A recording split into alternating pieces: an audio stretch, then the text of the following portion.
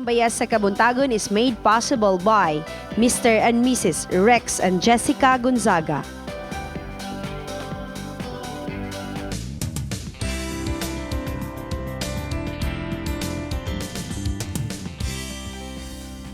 Mayong adlaw mga kapaglaom, Bible Beats na sadta, dinhi dapit sa Corrales Street, Cagayan de Oro City. Ato na sa pangutanon ang atong mga kapaglaom. Sa diha nga gihimo ni Noah, sa diha nga gisugo si Noah pagpahimo sa arka, og nahimo ni Noah kining arka, unsa nga klase nga kahoy ang iyang gihimo nga lig-on kayo nga bisan unsag hampak sa mga balod wala gid nabuslot ang mao nga arka tungod sa lig-on kayo nga kahoy. Unsa to nga klase nga kahoy? Tara, mangutanan nata sa atong mga kapaglaom kung unsa nga klase to nga kahoy. Sa diha nga gisugo si Noe paghimo sa arka. Nakabalo ka atong nga story about sa Bible kang Noe. Gisugo siya sa Ginoo paghimo sa arka. Unya nahuman niya himo ang arka, pinaagi sa usa ka kahoy. Karon ang atong mga barko steel naman karon sa unang panahon kahoy. Unsa to klase nga kahoy nga gihimo ni Noe sa arka? Kabalo ka atong unsa nga klase nga kahoy to? Sa akong pagbasa sa Biblia, ingon na ang naara dato sa Biblia is kahoy wala na ako nabasa sa Biblia nga unsa klase gid nga kahoy.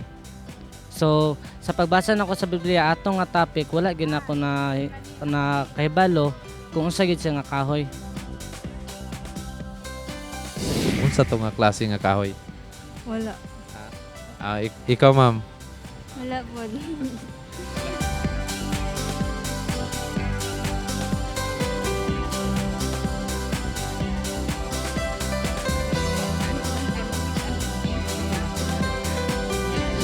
Nakabalo ka atong unsa to siya nga klase nga kahoy? Wala. Wala ko kabalo, sir. Nakabalo ba ka ato unsa nga klase nga kahoy to? Lig-on kay bisag hapakon sa balod. Sa unsa da wa ginabuslot kay lig-on man to siya klase nga kahoy. Unsa to nga kahoy? Wala ko idea. Basta kay nakabalo ko nga kahoy to siya ang ginabuhat ni Noah sa iyang arka.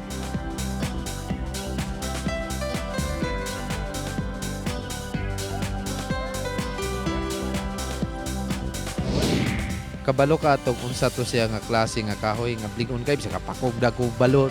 Kuan dia bangga wa di gid maguba. Unsa to siya nga klase nga kahoy? Wala ako kabalo. Wala ko idea sa tunga kahoy.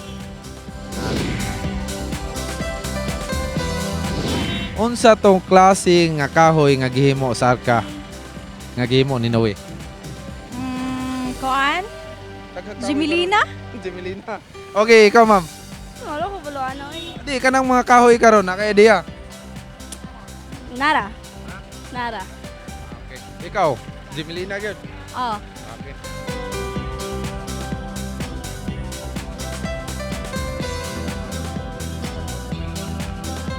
Unsa nga klase ng kahoy? Narabagyo ko kabalo. Ha?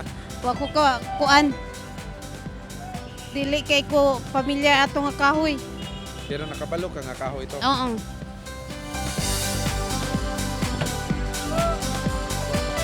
Unsa to siya nga klase nga kahoy ang gihimo sa arka?